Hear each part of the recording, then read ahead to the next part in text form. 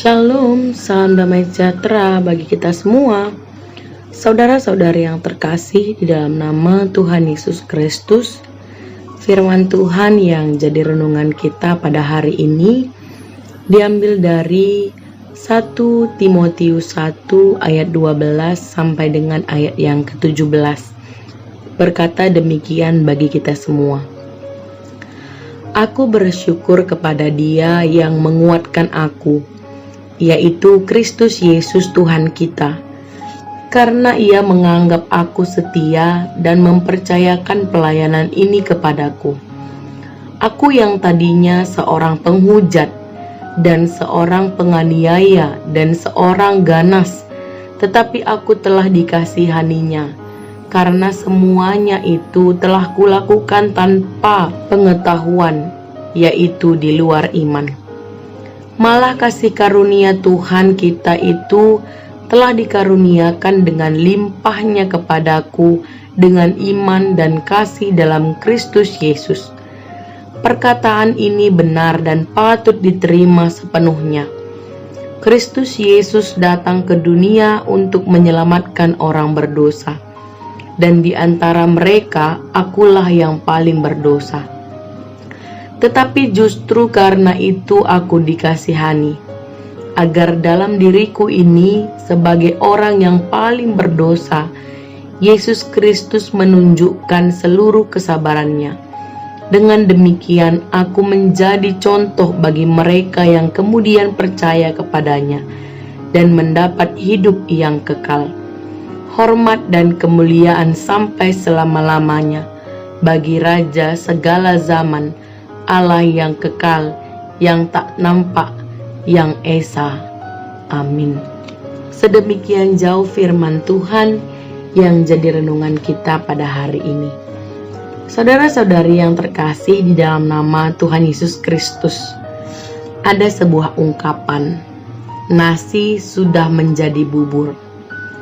Ungkapan ini seringkali merujuk kepada sebuah peristiwa buruk yang terlanjur terjadi, yang dianggap tidak mungkin lagi bisa diperbaiki. Pelaku ataupun korban hanya bisa menyesalinya.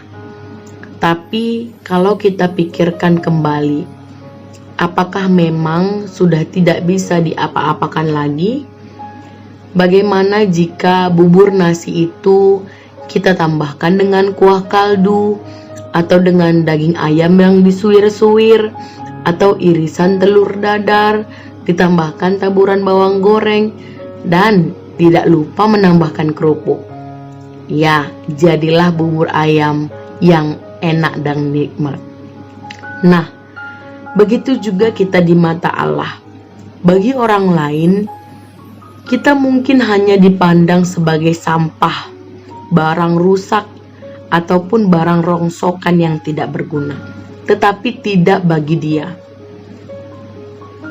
Kita boleh melihat bagaimana Allah menghadapi orang-orang yang melawan dirinya dan kemudian mengubah mereka menjadi senjata kebenaran Allah yang cakap. Salah satunya yaitu Rasul Paulus sendiri. Ayat yang ke-13 tadi ia menyatakan bahwa dirinya seorang penghujat dulunya, pengkhianat, penganiaya, ganas, bahkan di antara mereka yang diselamatkan, Paulus menyebut dirinya sebagai orang yang paling berdosa. Tetapi kita bisa lihat, siapakah Paulus di hadapan Allah?